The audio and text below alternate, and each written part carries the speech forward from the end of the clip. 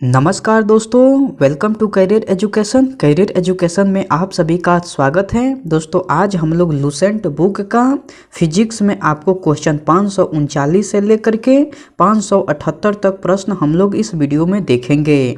बिल्कुल दोस्तों, आप सही सुने, लूसेंट बुक का फिजिक्स में आपको क्वेश्चन 539 से लेकर के 578 तक प्रश्न हम लोग इस वीडियो में देखेंगे। दोस्तों आप कोई भी एग्जाम्स की तैयारी कर रहे हो, उस एग्जाम्स में आपको इस वीडियो से सवाल देखने को मिलेगा, तो आप एक एक सवाल का इम्पोर्टेंस समझिए और अच्छे से तैयारी कीजिए। दोस्तों इससे पहले आपको 12 वीडियो करा दिया गया है, तो अगर अभी तक आप उस वीडियो को नहीं देखे हैं तो प्लीज़ जाकर वो भी वीडियो देख लीजिए। ओके चलिए, नेक्स्ट क्वेश्चन आपको 539 नंबर कह रहा है कि अवतल दर्पण में जब वस्तु को फोकस पर रखते हैं तो प्रतिबिंब की स्थिति, आकार एवं आकृति कैसी बनती हैं। तो वस्तु की स्थिति, आकार एवं आकृति कैसी बनती हैं दोस्तों, तो आपको अनंत पर बनती हैं, वस्तु से बड़ा बनती हैं, उल्टा एवं वास्तविक बनती हैं।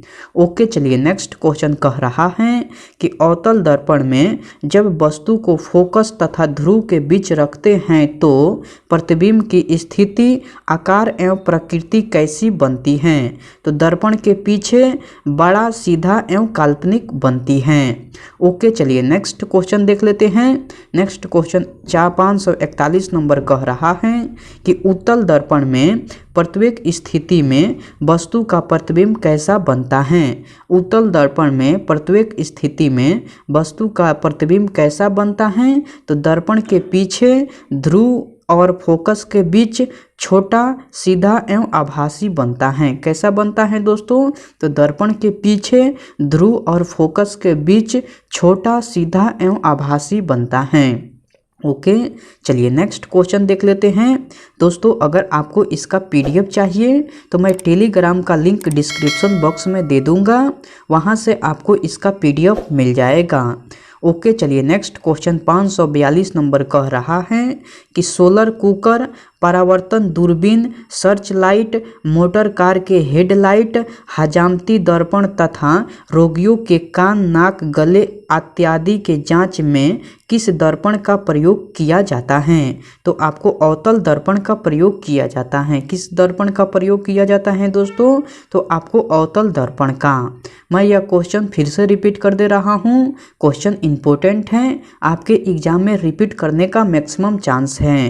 क्वेश्चन कह रहा है कि सोलर कुकर, परावर्तन दूरबीन, सर्च लाइट, मोटर कार के हेडलाइट, हजामती दर्पण तथा रोगियों के कान, नाक, गले इत्यादि के जांच में किस दर्पण का प्रयोग किया जाता है। तो आपको अवतल दर्पण का प्रयोग किया जाता है। ओके चलिए, नेक्स्ट क्वेश्चन कह रहा है कि मोटर कार में साइड मिरर तथा सड़कों पर लगे परावर्तक लैंप में किस दर्पण का प्रयोग किया जाता है। तो आपको उत्तल दर्पण का प्रयोग किया जाता है। किस दर्पण का प्रयोग किया जाता है, तो आपको उत्तल दर्पण का। ओके चलिए, नेक्स्ट क्वेश्चन 544 नंबर कह रहा है कि जब प्रकाश की किरणें एक माध्यम से दूसरे माध्यम में जाती हैं तो वह अपने मूल दिशा से विचलित हो जाती हैं। प्रकाश की इस परिघटना को कहते हैं। तो प्रकाश की इस परिघटना को प्रकाश का अपवर्तन कहते हैं। क्या कहते हैं दोस्तों, तो प्रकाश का अपवर्तन कहते हैं। ओके चलिए, नेक्स्ट क्वेश्चन कह रहा है कि अपवर्तन के कितने नियम हैं। अपवर्तन के कितने नियम हैं, तो अपवर्तन के आपको 2 नियम हैं। वो 2 नियम कौन कौन हैं, तो पहला नियम है कि आपतित किरण, अपवर्तित किरण तथा अभिलंब तीनों एक ही तल में होते हैं, ये पहला नियम है। और दूसरा नियम है कि आपतन कोण की ज्या, अपवर्तन कोण की ज्या का अनुपात एक नियतांक होता है, यानी कि sin I बटा sin R बराबर म्यू होता है। इसे हम लोग स्नेल का नियम भी कहते हैं। ओके, चलिए नेक्स्ट क्वेश्चन देख लेते हैं। नेक्स्ट क्वेश्चन 546 नंबर कह रहा है कि जब प्रकाश की किरण विरल माध्यम से सघन माध्यम में जाती हैं तो क्या होता है? तो आपको अभिलंब की ओर झुक जाती हैं। तो क्या होता है दोस्तों? तो आपको अभिलंब की ओर झुक जाती हैं। ओके, चलिए नेक्स्ट क्वेश्चन देख लेते हैं। दोस्तों मैं उम्मीद करता हूँ कि क्वेश्चन आपको अच्छे से समझ में आ रहा है। दोस्तों अगर आपको वीडियो पसंद आती है तो इस वीडियो को लाइक कर दीजिए और कमेंट करके बताइए कि वीडियो आपको कैसे लगी। दोस्तों अभी तक आप इस चैनल को सब्सक्राइब नहीं किए हैं तो प्लीज़ इस चैनल को सब्सक्राइब कर लीजिए और बेल आइकन को भी प्रेस कर दीजिए। ओके, चलिए नेक्स्ट क्वेश्चन 547 नंबर कह रहा है कि जब प्रकाश की किरण सघन माध्यम से विरल माध्यम में जाती हैं तो क्या होता है? जब प्रकाश की किरण सघन माध्यम से विरल माध्यम में जाती हैं तो क्या होता है? तो आपको अभिलंब से दूर हट जाती हैं। तो क्या होता है दोस्तों? तो आपको अभिलंब से दूर हट जाती हैं। ओके, चलिए नेक्स्ट क्वेश्चन कह रहा है कि द्रव में अंशतः डूबी हुई सीधी छड़ टेढ़ी दिखाई क्यों पड़ती हैं? द्रव में अंशतः डूबी हुई सीधी छड़ टेढ़ी दिखाई क्यों पड़ती हैं? क्योंकि अपवर्तन के कारण दिखाई पड़ती हैं। किसके कारण दिखाई पड़ती हैं? तो आपको अपवर्तन के कारण। ओके, चलिए नेक्स्ट क्वेश्चन कह रहा है कि तारे टिमटिमाते हुए तथा सूर्योदय के पहले एवं सूर्यास्त के बाद भी सूर्य दिखाई पड़ने का कारण क्या है? तो आपको प्रकाश का अपवर्तन है। क्या कारण है दोस्तों? तो आपको प्रकाश का अपवर्तन है। ओके, चलिए नेक्स्ट क्वेश्चन देख लेते हैं।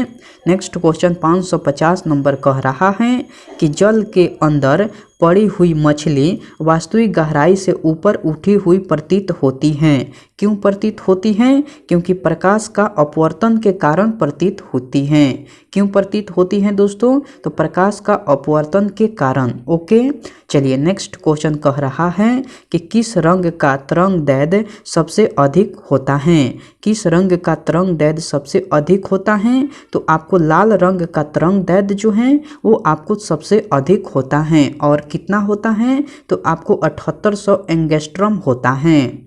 ओके, चलिए नेक्स्ट क्वेश्चन कह रहा है कि किस रंग का तरंगदैर्ध्य सबसे कम होता है? तो आपको बैगनी रंग का तरंगदैर्ध्य जो है वो आपको सबसे कम होता है। और कितना होता है? तो आपको 3900 एंगस्ट्रॉम होता है। ओके, चलिए नेक्स्ट क्वेश्चन कह रहा है कि किस रंग का अपवर्तनांक सबसे अधिक होता है? किस रंग का अपवर्तनांक सबसे अधिक होता है? तो बैगनी रंग का अपवर्तनांक जो है वो आपको सबसे अधिक होता है। ओके, चलिए नेक्स्ट क्वेश्चन देख लेते हैं। नेक्स्ट क्वेश्चन कह रहा है कि किस रंग का अपवर्तनांक सबसे कम होता है? तो लाल रंग का अपवर्तनांक जो है वो आपको सबसे कम होता है। ओके, चलिए नेक्स्ट क्वेश्चन 555 नंबर कह रहा है कि निर्वात में प्रकाश की चाल से माध्यम में प्रकाश की चाल अनुपात को क्या कहते हैं? मैं यह क्वेश्चन फिर से रिपीट कर दे रहा हूँ। क्वेश्चन कह रहा है कि निर्वात में प्रकाश की चाल से माध्यम में प्रकाश की चाल का अनुपात को क्या कहते हैं? तो निरपेक्ष अपवर्तनांक कहते हैं। क्या कहते हैं दोस्तों? तो आपको निरपेक्ष अपवर्तनांक कहते हैं। ओके, चलिए नेक्स्ट क्वेश्चन कह रहा है कि पानी का अपवर्तनांक कितना होता है? पानी का अपवर्तनांक कितना होता है दोस्तों? तो 1.33 होता है। पानी का अपवर्तनांक कितना होता है? तो 1.33 होता है। ओके, चलिए नेक्स्ट क्वेश्चन कह रहा है कि क्राउन कांच का अपवर्तनांक कितना होता है? क्राउन कांच का अपवर्तनांक कितना होता है? तो 1.52 होता है। क्राउन कांच का अपवर्तनांक कितना होता है? तो 1.52 होता है। ओके, चलिए नेक्स्ट क्वेश्चन देख लेते हैं। नेक्स्ट क्वेश्चन कह रहा है कि फिलट कांच का अपवर्तनांक कितना होता है? फिलट कांच का अपवर्तनांक कितना होता है? तो 1.65 होता है। फिलट कांच का अपवर्तनांक कितना होता है? तो 1.65 होता है। ओके, चलिए नेक्स्ट क्वेश्चन कह रहा है कि हवा का अपवर्तनांक कितना होता है?